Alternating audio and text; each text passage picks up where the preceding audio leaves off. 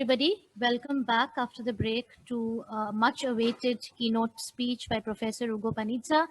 For that, I would like to invite Professor Partha Chatterjee, who is head of the Department of Economics and Professor of Economics at Shivnadar University, Delhi. Partha, the stage is over to you. Thank you so much.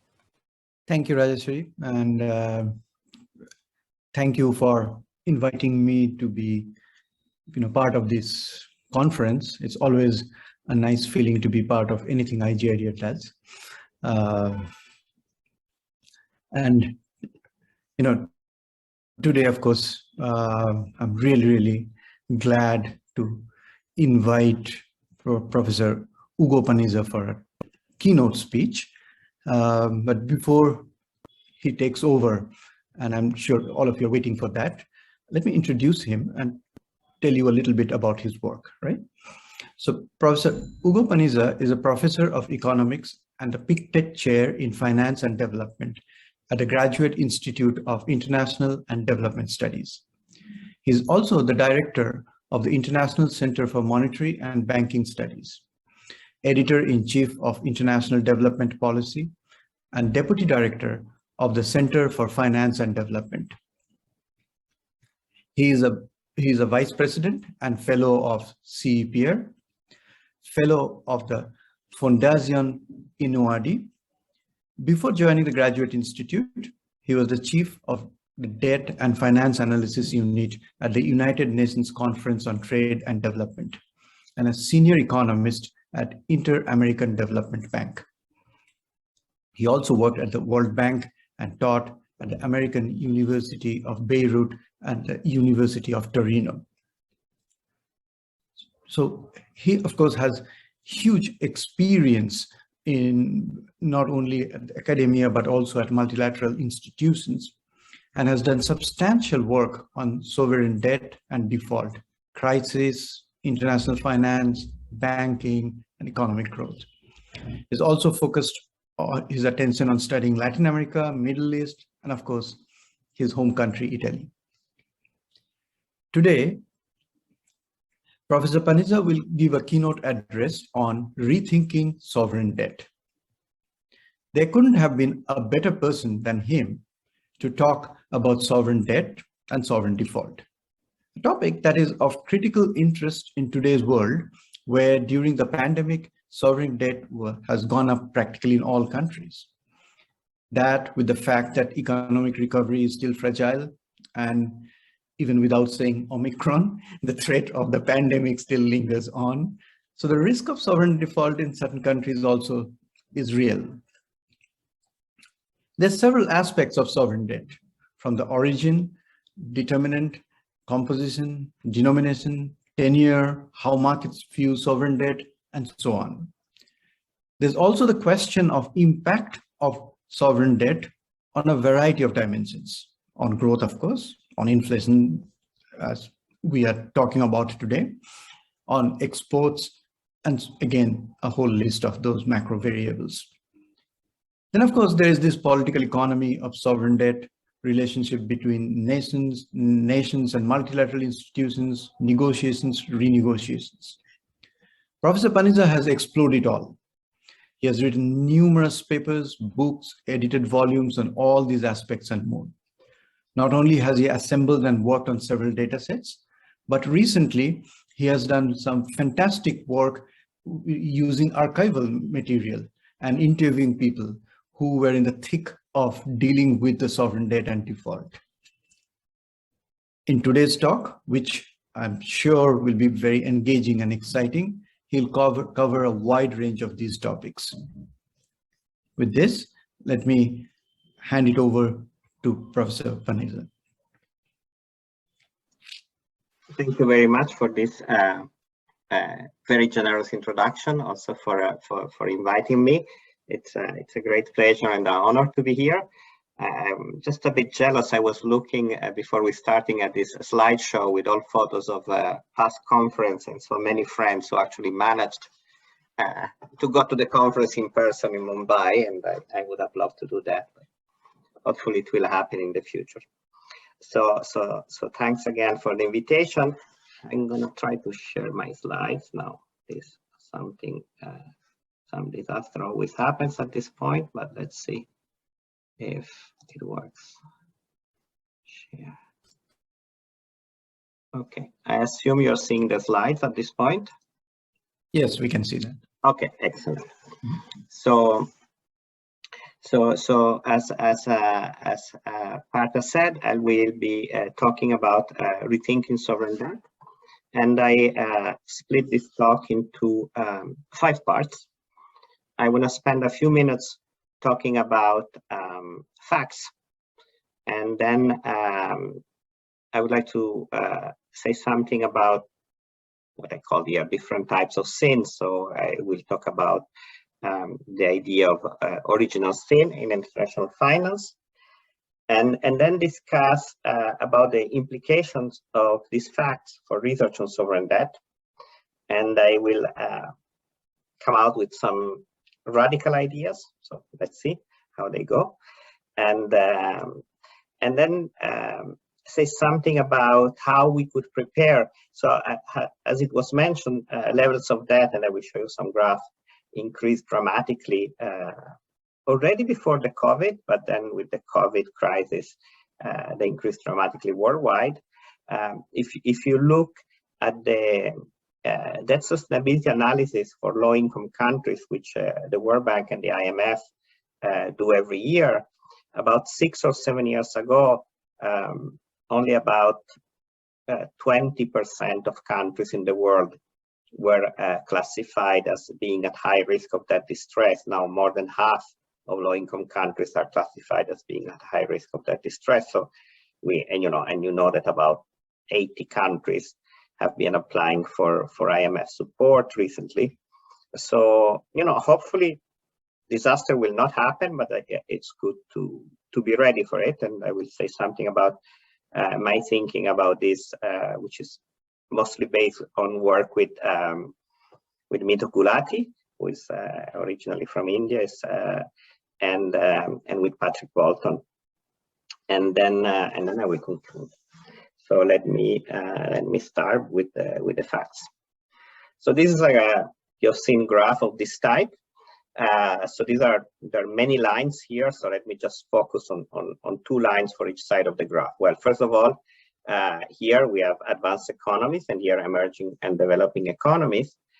And the 2 lines I would like to focus on are the black solid line. So this line, which is the simple average of the debt to GDP ratio for all advanced economies. And the same here, we have it for all emerging and developing economies. And this dashed line, which is a weighted average, weighted by GDP. So you see 2 things here.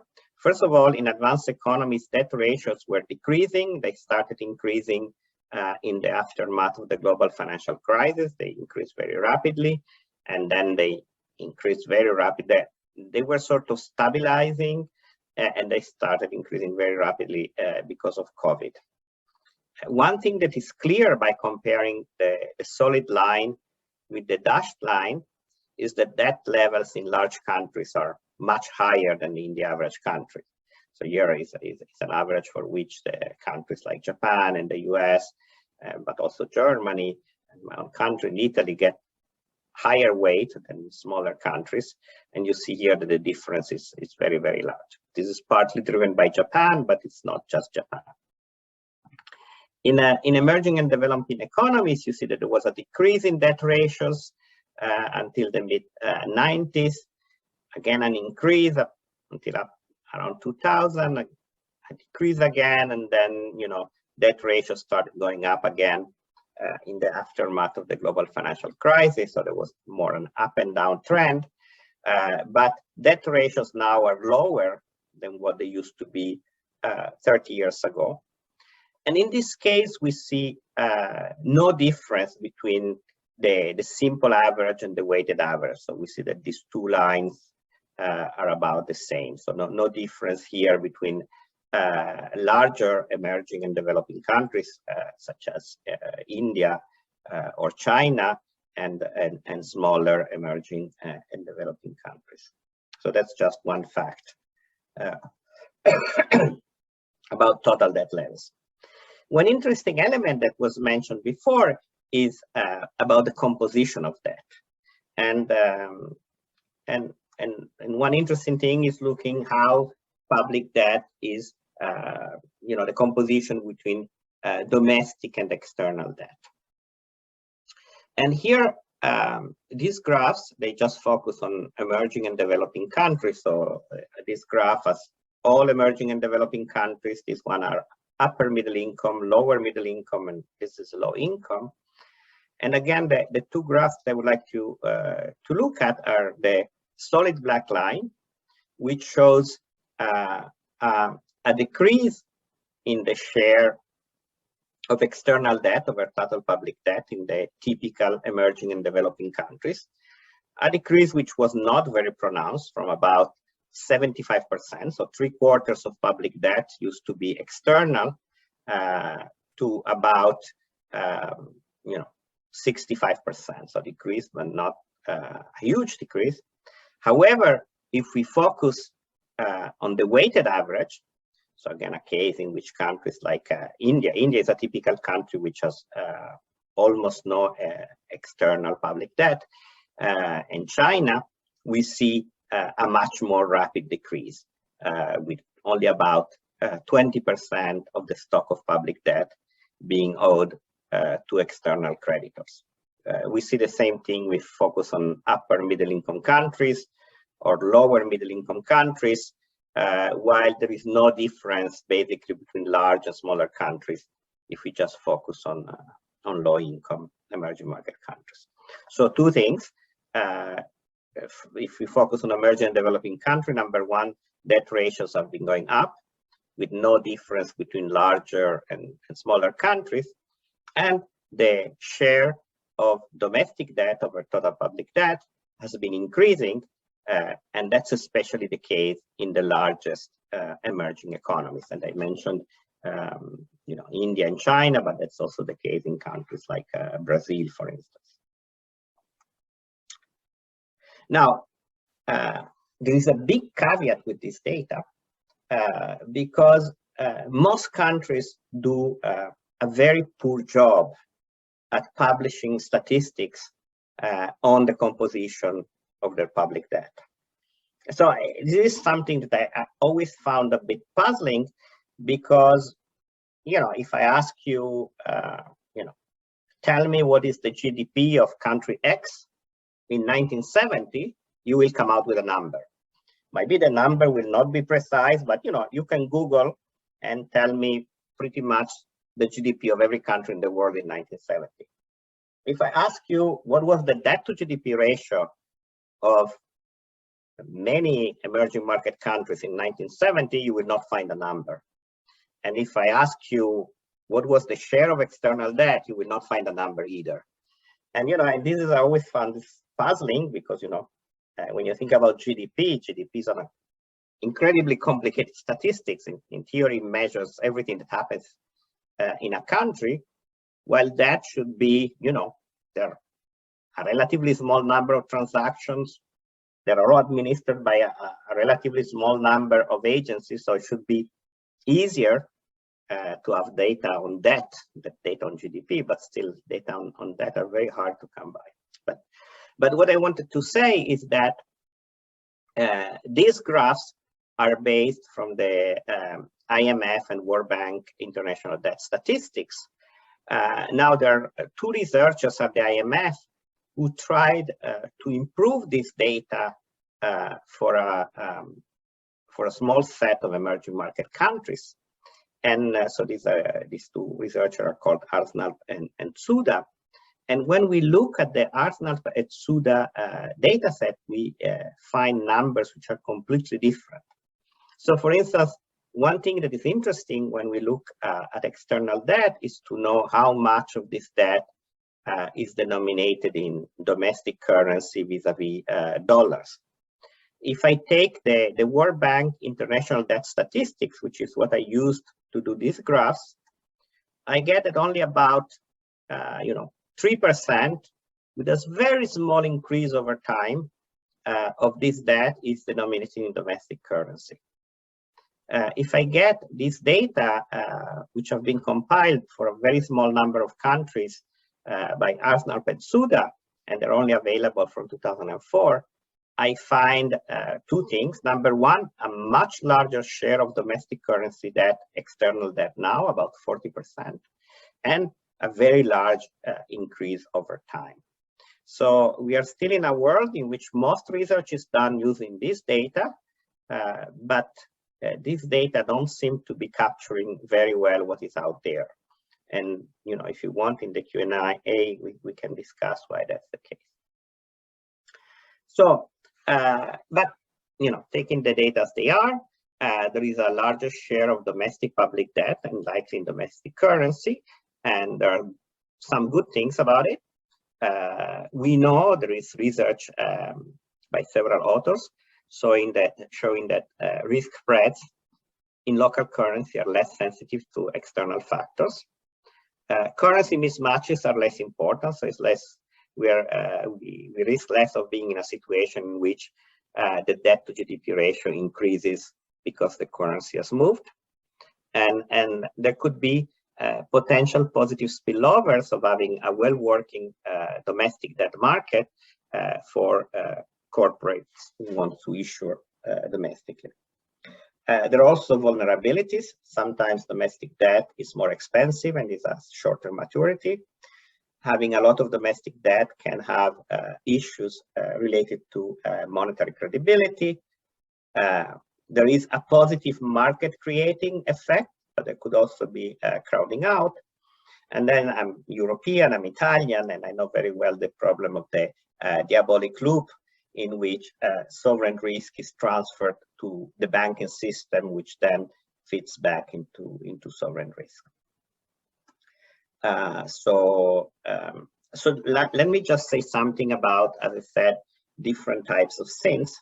I saw that in the picture that you showed at the beginning, there was Barry Eichengreen. So with Barry Eichengreen and Ricardo Hausmann, nearly 20 years ago, we launched this research agenda on original sin, and the key idea was of original sin was that when countries borrow abroad, they tend to do so in foreign currency, and this leads to currency mismatches, which I mentioned before. So given that most of a country's income given the tax revenues tend to be denominated in domestic currency, most of GDP is linked to it's linked to the domestic currency, unless you're a country which exports a lot of raw materials. When the currency depreciates, and if you have a lot of debt in foreign currency, the debt to GDP ratio jumps up. Currency depreciation could be contractionary. The fact that currency depreciation could be contractionary and could have negative effect on debt sustainability. Countries end up having limited ability to conducting an independent monetary policy. And we also show that this leads to lower credit rating for any given debt level. The responses that we had put forward at that point was, well, if ideally you would like to graduate from original sin, but if you cannot, then foreign currency borrowing, external borrowing must just be, could be just too dangerous, or just you either don't borrow abroad or you don't borrow in net terms. That is, you let the private sector borrow abroad, and then the official sector compensates by accumulated reserves. More recently, Agustin Karsten and Yun Shin at the BIS put forward the idea of original sin redux. And this idea is really based on this graph, which I showed you, that some countries seem to be able to graduate from original sin because now they're able to borrow abroad in their own currency. But Karsten and Shin point out that this leads to another problem, because investors seem to be willing to lend to these countries in the country's currency, but they're very nervous about it. And so they keep a look on the country, and as soon as they get a bit worried, they take the money out. And so this leads to to other problems. In sense, it leads to problem of very high capital flow volatility, which can lead to crisis. So countries are a little bit between a rock and a hard place, because when we're thinking about the traditional original sin, we're focusing on balance sheet effect, which is a stock problem. So you have a debt denominated in foreign currency. When the exchange rate moves, your debt to GDP ratio goes up. And the key policy implication was to try to borrow abroad in domestic currency.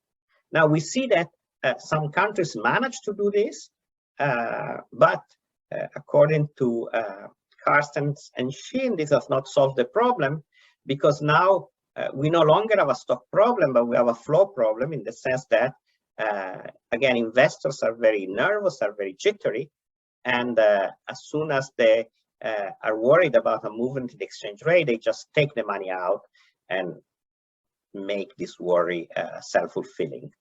So here the policy implications are even stronger, in the sense they are, don't borrow abroad, which is challenging if a country has some sort of saving gap and wants to invest more than what it saves. So that's a little bit about facts about the current situation. Now let me go to the more, let's say, heretical part of the talk.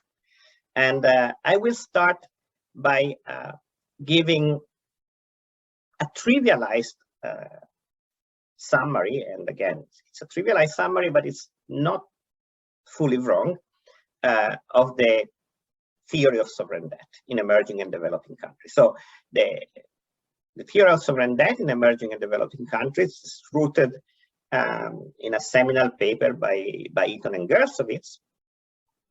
And in the Eaton and Gersowitz paper, there is a benevolent social planner who cannot commit to repay because of sovereign immunity.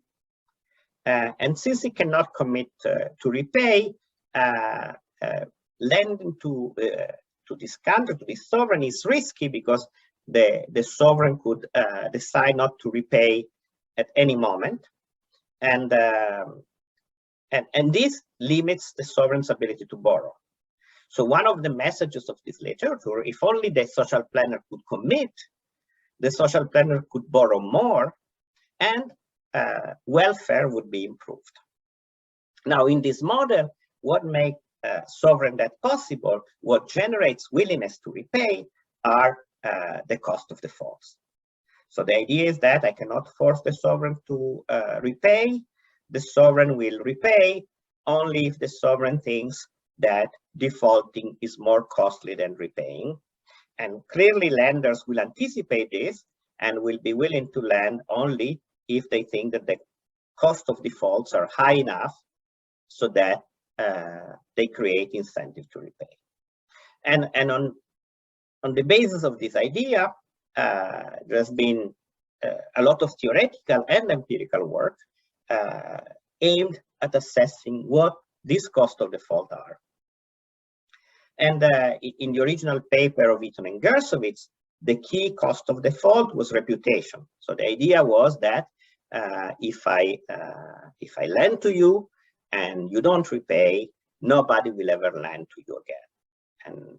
And this idea of reputation was criticized by many authors, but is still present in the basic framework. Now, while originally the cost of default focused on reputation, there were some theoretical criticisms to this, but the most striking criticism, when we're trying to build a quantitative model of sovereign debt, in this quantitative model, reputation doesn't really matter. So basically, it does not affect the willingness to repay in any meaningful way. I will show you in a moment some numbers. So that's sort of the theory of sovereign debt in emerging and developing countries. In advanced economies, again, with a bit of trivialization, we don't have a social planner. We have self-interested politicians who borrow too much. So again, in emerging and developing economies, we have this social planner which would like to commit but cannot commit, so it cannot borrow enough. And here we have the opposite problem. We have these guys who just care about themselves and they borrow too much. Until recently, there was no risk, since in the more recent paper, risk has been included. And most of the discussion here was how we create budgetary institution and fiscal rules that limit temptation to borrow. So there is really kind of a dichotomy in the way which think about sovereign debt in developing and in advanced economies. So why?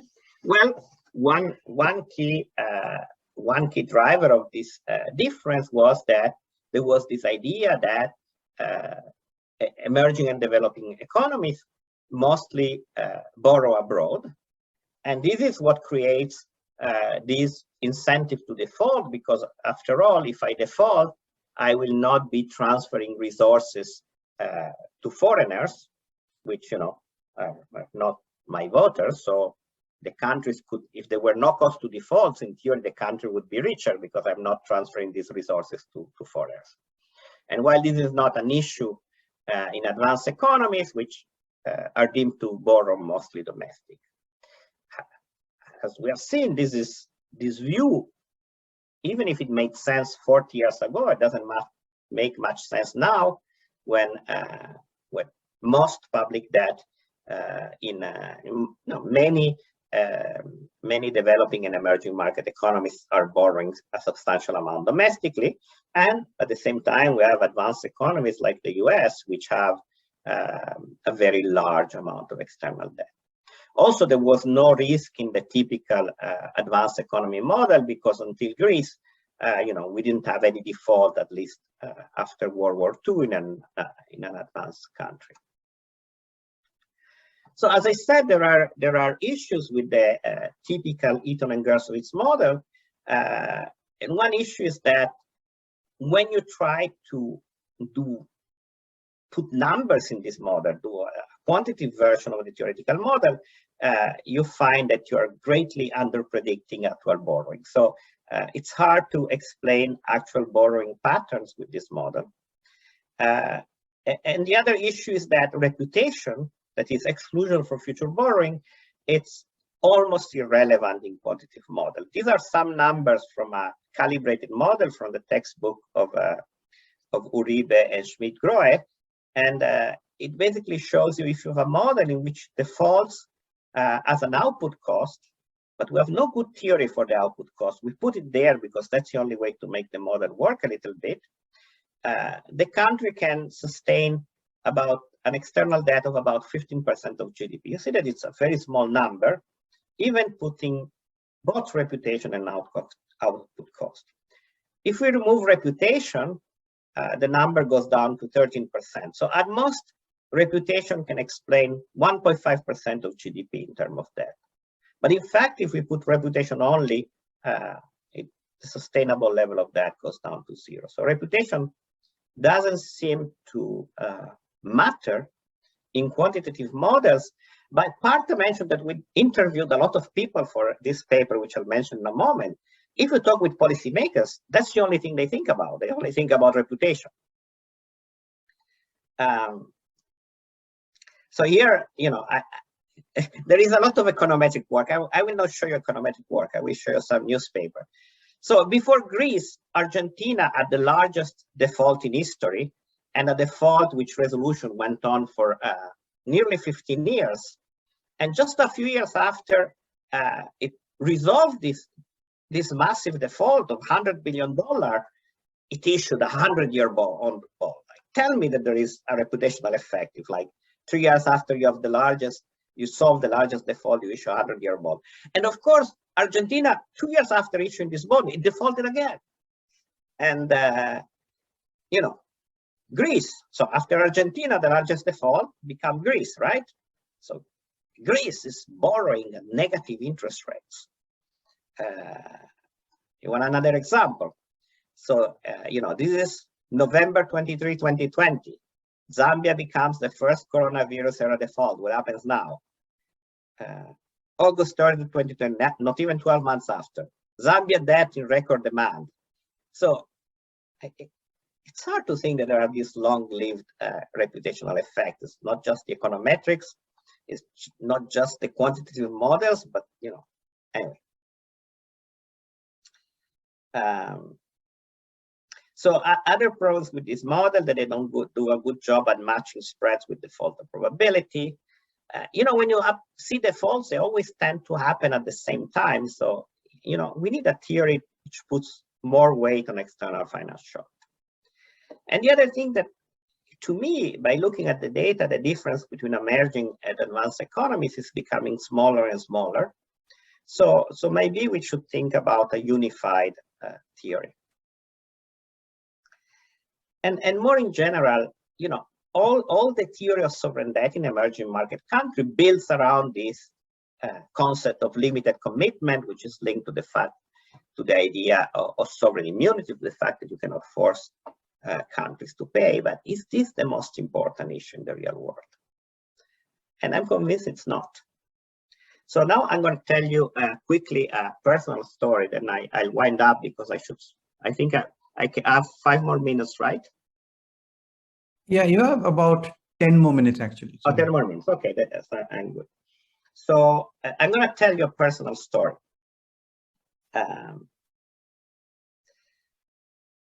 In 2013, the IMF published a policy paper. So this is not one of these papers which is signed by somebody and has this disclaimer, these are the opinion of the author, not the opinion of the IMF. This was a policy paper of the IMF. I could tell you who authored that paper, but I'm not going to say it. I mean, it is in the footnote, you'll see him. Yeah, it's, anyway, I will not say anything at this point. Anyway, so in this paper, in the first page, said that restructuring have often been too little and too late. So this has become official IMF policies around 2013, which is a massive deviation from the standard view that the problem is that countries have this commitment problem and they default too often.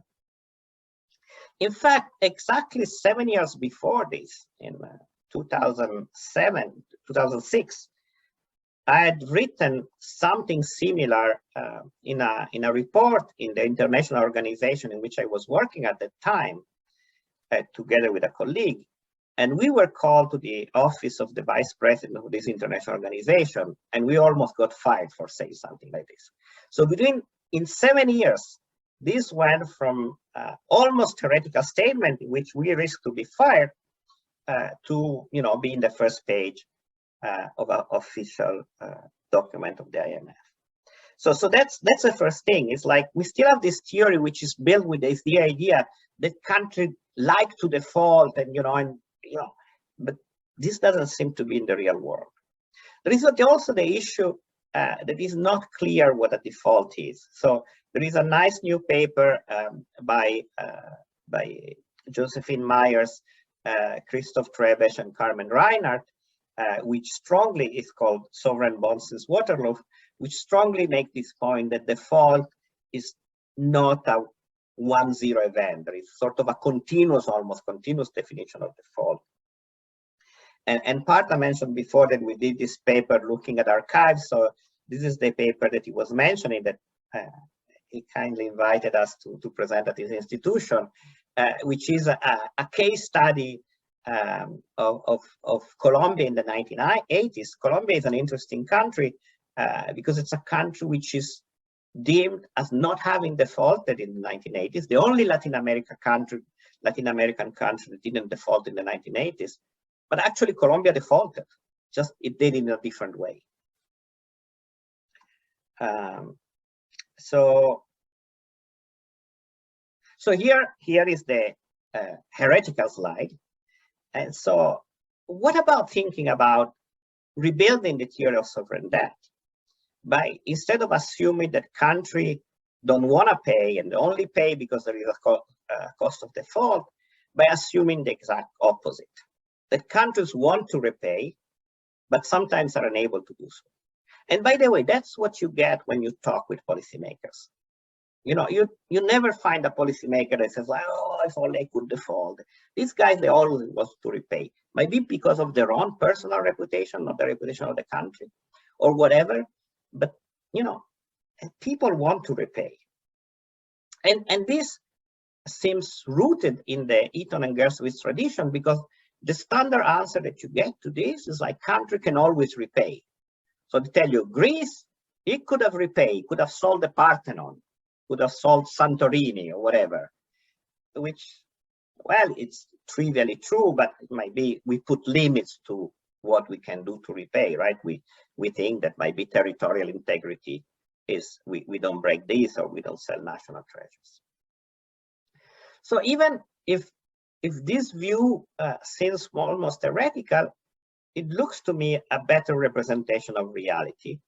Modeling it, it's difficult, but there is a nice paper by Fabrice Collard, Michel Habib, and Jean-Charles Rocher, which is a step in this direction, and we're working together to see if we can extend this. So in a sense, maybe this is a crazy idea, but I love this quote of Niels Bohr, which once said, your theory is crazy. We just don't know whether it's crazy enough to have a chance of being right. So let me just use my last few minutes to briefly mention something about our thinking about what we should do if a disaster happens. So what if in the next few years we have a wave of sovereign defaults? What if we have like 10, 15, 20 countries defaulting at the same time, like it happened in the 1980s? It's going to be the same mess. So if you remember the 1980s, it took more than 10 years to resolve all this debt crisis. In Latin America, they came out with this expression, the lost decade. Is it going to be like the 1990s all over again? There are similarities, but there are also differences. First, there is a different debt structure. Now, most debt takes the form of bonds instead of bank loans. There are good and bad things here. With bonds, you have more of free rider issuer. You have more people who need to be convinced to restructure the debt. But it might be easier, because one reason for which the banks didn't want to restructure their loans is because all these loans were booked in their books at face value. With investors who care more about mark-to-market, maybe it's easier to restructure. There is a wider and more diverse set of official players, mostly China, which is an important lender, but also other countries. So that's another difference, which might make the things more complicated. One thing which is common is that we still don't have a system for dealing with sovereign defaults. So we still don't have a bankruptcy court for sovereigns, or what the IMF had proposed on FDRM. Some people think that this is good. Some people think it's bad. I think it's bad, but there are also reasons to think that it's good, and we can discuss this later. So we have a paper with Patrick Bolton and Mito Gulati, in which we have a series of proposals to provide what we call legal air cover to kind of allow country to negotiate if many defaults happen at the same time, without the risk of being all sued at the same time. So we discussed this in this paper, thinking about some techniques which had been used to deal with the restructuring of the Iraqi debt after the fall of Saddam Hussein. So let me just conclude at this point. So over the last 20 years, that structure has changed. And I think the extra theory needs to catch up with this. There are new vulnerabilities and new sources of resiliency linked to this new debt structure, but the international financial architecture is still lacking. And one thing that worries me, that if we were to have a disaster, like many countries defaulting at the same time, we would not be well equipped to deal with this problem. I should say that some people agree with me on this, but I have many friends for whom I have an enormous respect who disagree on this latter point. So this is really something which I think it should be discussed, but there is no consensus on that. So I will close here, and I'll thank you again, and maybe I'll stop sharing. Thank you so much, Ugo, for that very interesting talk. I will now, there's certain questions that has been written on the chat box. I will just read out some of them for you, and I think I'll try and see if I can club few of them, particularly Venkatesh Hari. He has two different questions on the original sin redux. I think what he is interested in is finding out a little bit more on your views about short-term policy measures that could limit that original sin redux problem in EDs. So this, I mean, this is really something you should invite Yoon and Agustin, because they are really the fathers of this. My understanding from reading their papers, that in a sense their view is even more pessimistic in a sense that ours when we're writing about original sin, because when Barry, Ricard, and I were writing about original sin, we say there is this problem. If we could devise a set of policy which allows countries to borrow abroad in their own currency, then this problem would go away. Now, my understanding is that the view of Carstens and Shin is more pessimistic in a sense that say, even if countries manage to borrow abroad in their own currency, investors will remain very jittery, and this will lead to volatility. So at the end, what you really need to do is to develop very large domestic markets, and only once you have these very large domestic markets, you'll be safe from these issues. That's my understanding, but I wouldn't want to, to provide an interpretation of their thinking, but that's my understanding from reading the various papers by Yoon and Agustin Carstens. Right. The next question is from Ashima Goel, and I think it's very important and interesting question, particularly in the context of India, as you mentioned, has very little debt denominated in US dollars and so on, right? So what she is asking is that foreign investors you mentioned in domestic currencies are skittish. Are all types equally so? Does listing in the EM bond market indices lead to more stable fixed income flows? So this is, well, let me start by saying that I don't know the answer, but this is interesting because I was discussing exactly this question this morning with a student who got some data on allocation by passive versus actively managed funds. And what she really tries to would like to understand, and she hasn't started, so we're discussing her PhD thesis proposal, but what she would like to understand is exactly this, in the sense, her question is really, do passively managed funds amplify volatility, which I think is an interesting question. So I don't know the answer to this. So clearly, people have been writing for a very long time that different type of flows have different types of volatility, right? So in the sense that FDIs are more stable than than portfolio flows that we have known.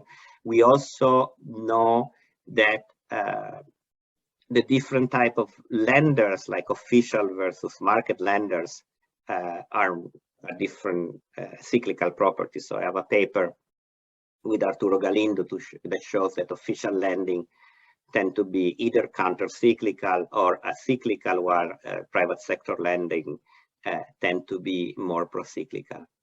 But haven't seen a paper differentiates among types of private investors. That doesn't mean that the paper doesn't exist, because but I just think it's interesting because I was discussing this exactly this morning with a student. Sure, thank you. Thank you. Rajeshwari Sengupta has a couple of questions and kind of leads from where you stopped right now, which is to say that, you know, are foreign investors potentially hesitant to invest in EM currency debt because lack of hedging options, right? So, and then she continues to say that one fallout of EM governments borrowing in domestic currency is that they often use captive markets for issuing bonds. This leads to massive financial repressions, right? So we see this a lot in India, and especially now during the pandemic, when the debt is close to 90% of GDP and all in domestic market. Does that reduce the cost for government per se? The implicit cost is then the bond market doesn't develop and monetary independence gets compromised again. Something we are seeing in India. What's your take on that? I guess continues to ask a question about how do existing theories of sovereign debt, default, and crisis apply in this context? Okay, so let me start with the hedging. So the hedging.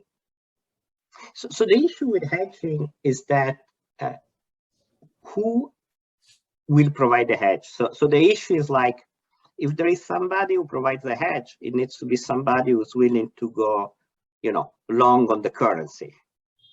So at the end, you know, so it's true. So I might be, in a sense, if I'm willing to lend to you know, Mexico in peso, but then I hedge the peso into the dollar, then it's as if I were lending in dollar, right? And so the next question is like, who is the guy who's providing the hedge? If it's a domestic Mexican guy, then at the end, you know, the currency risk hasn't left the. I mean, there is nobody who's taking peso risk outside the country. If not, I mean, who is this person who's providing the hedge? Now, one issue is that providing these hedges might just be very expensive. So, yeah, I don't know. Probably it's a bad answer, but now the other question is, in a sense, so I tried to mention something there when I was talking about the crowding out and the financial repression issue, right? So on the one hand, you need a well-working domestic government bond market to have a well-working domestic corporate bond market, and you also need it for you know, for having a well-working banking markets, because, you know, the government bonds are the typical safe assets and this stuff. So there is a big literature that basically you cannot have a well-working domestic financial sector without having some domestic public debt, which is traded, which is used, you know, to have a benchmark curve and all this sort of stuff. The point that is being asked is that at some point, when it becomes too much, this sort of market creation role of domestic public debt, it becomes crowding out, and then the next step, you know, you need to put in financial repression, you know, because to be able to extract resources from the financial sector, from savers. So like everything, you know, so domestic public debt is good up to a point, up until to the point in which it doesn't crowd out private investment, and up to a point in which it doesn't require financial repression. I see financial repression as a very damaging set of policy because, you know, it's basically taxation which is not legislated. So it's taxation which is very non-transparent. And so, I mean, if you have resources, that's fine to raise resources to taxation, but this idea of rising taxes through these means, I always found it's a very distortionary thing. So yeah, so again, so I think you need some government debt, and then, you know, where you go, where it becomes financial repression and where it becomes you know, and where it becomes distortional, this is very much country dependent, right? It's so the US is able to issue a massive amount of domestic debt, I don't think without any particularly negative consequences for the US financial sector, or needed to require to financial repression, but it did require use financial repression in the past. Thanks, Ugo. There's one more question in the chat box, but before I get into that question, let me ask you one question out of curiosity. You mentioned that, you know, I mean, we know in models and in data, reputation does not really matter, right? We've seen that in the literature. But you mentioned that, you know, many of these people that you interviewed, and we also see that playing out in the media, etc., that they think reputation matters, right? So is it the reputation of the politician that matters? Are there maybe government turnovers, domestic power struggles when countries default, and that's why they're worried about default? So so first of all, when you talk with people, they never tell you, I'm doing this to protect my own reputation. I'm doing this to protect the reputation for the other country, right? But my impression is that private reputation matters a lot. So again, you know, assessing causality, it's always hard, but I have this old paper where we show that you know, Minister of Finance and central bankers tend to be replaced after defaults. Again, you know, I don't know if it's causal or not, but at least it happens to be there. You know, many central banker and Minister of Finance have a life after they stop public service, and this life might be in the financial sector or might be in the international financial institutions. And I think to have this, you know, post-service life, it's easier if you didn't default. So I do think that personal reputation is an important factor, but this is very different from, you know, Dayton and Gersowitz model where you have this social planner, which is sure. Yeah, I do think that that's an important thing. I also think, and this, you know, as economists, we are very uncomfortable to think like a normal person, right? But I also think for all of us in our life, day-to-day life, we just do certain things because we think that it's the right thing to do. So I think most people are hardwired. If somebody lends you money, you know, you're supposed to give it back. So I think that's also, you know, I understand that this deviates from, you know, the homo economicus model or whatever that we have, but anyway, but it's a longer discussion. I mean, when I think about my life, maybe we discussed this when we were doing it, I do millions of things that I don't have that I would suffer no consequence if I didn't do them, but I just do because I think they're the right thing to do, right? True. But okay, I have one also question about your heretic ideas, and, you know, in terms of thinking about modeling, and that a little more mundane, I suppose, in terms of that. But let's get to this question that's there on the chat box, which is about from Bhavik Parikh. And the question is, what do you think credit rating agencies can do better for potential investors in emerging sovereign debt market?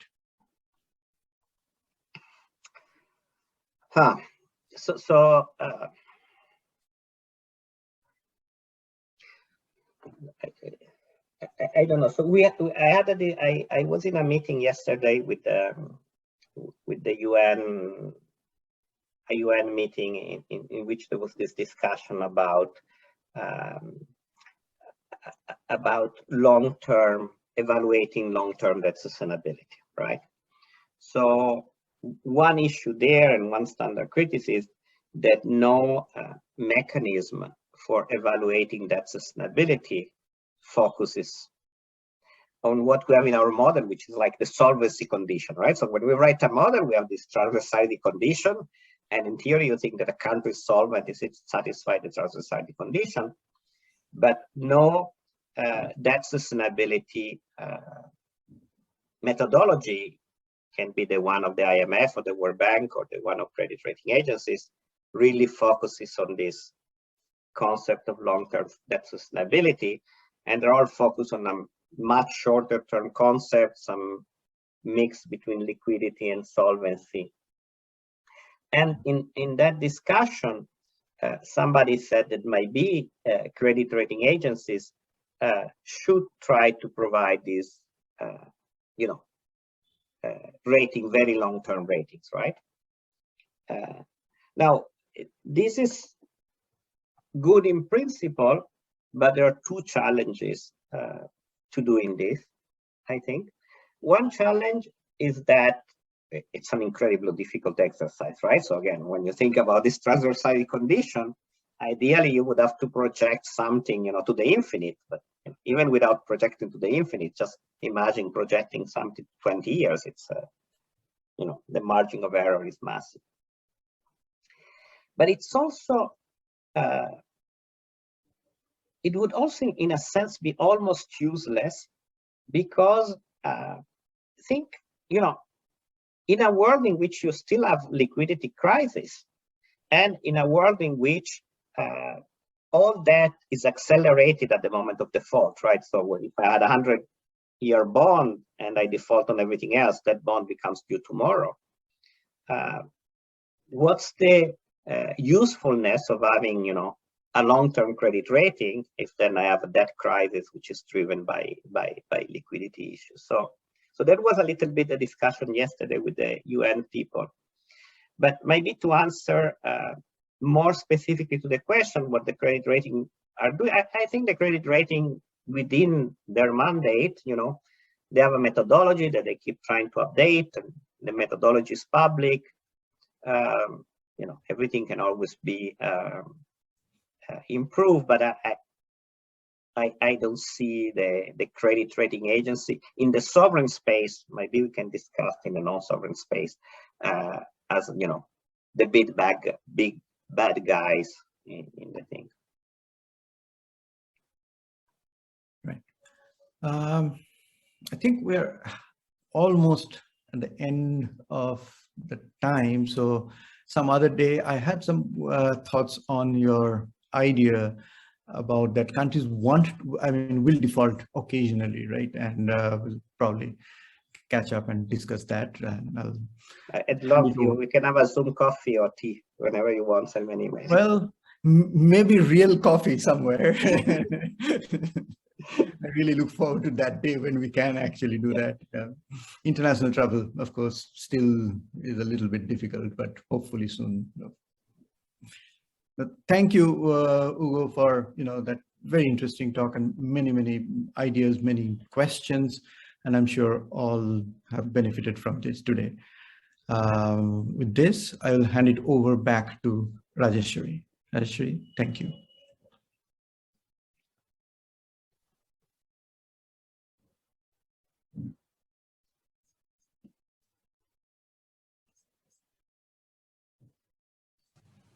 Sorry, there was a little bit of a technical glitch. I got muted. So finally I've been unmuted. So I on behalf of the organizing committee and everybody here at IGITR, I want to say a very big thank you to Professor Ugo Panizza. This was an absolutely brilliant talk, and I just wish we could go on further listening to you. I thought we were almost just getting started, but this was absolutely wonderful, and we would all love to host you at IGITR in person the moment international travel becomes safer. I think that will be an absolutely wonderful opportunity to listen to you in person. And thank you, Professor Partha, as well. Thank you so much for chairing the session. I would just request all participants to kindly switch on their videos so that we can take a photo snapshot to remember this excellent occasion. Just please switch on your videos so that we can all take a picture. Thank you so much.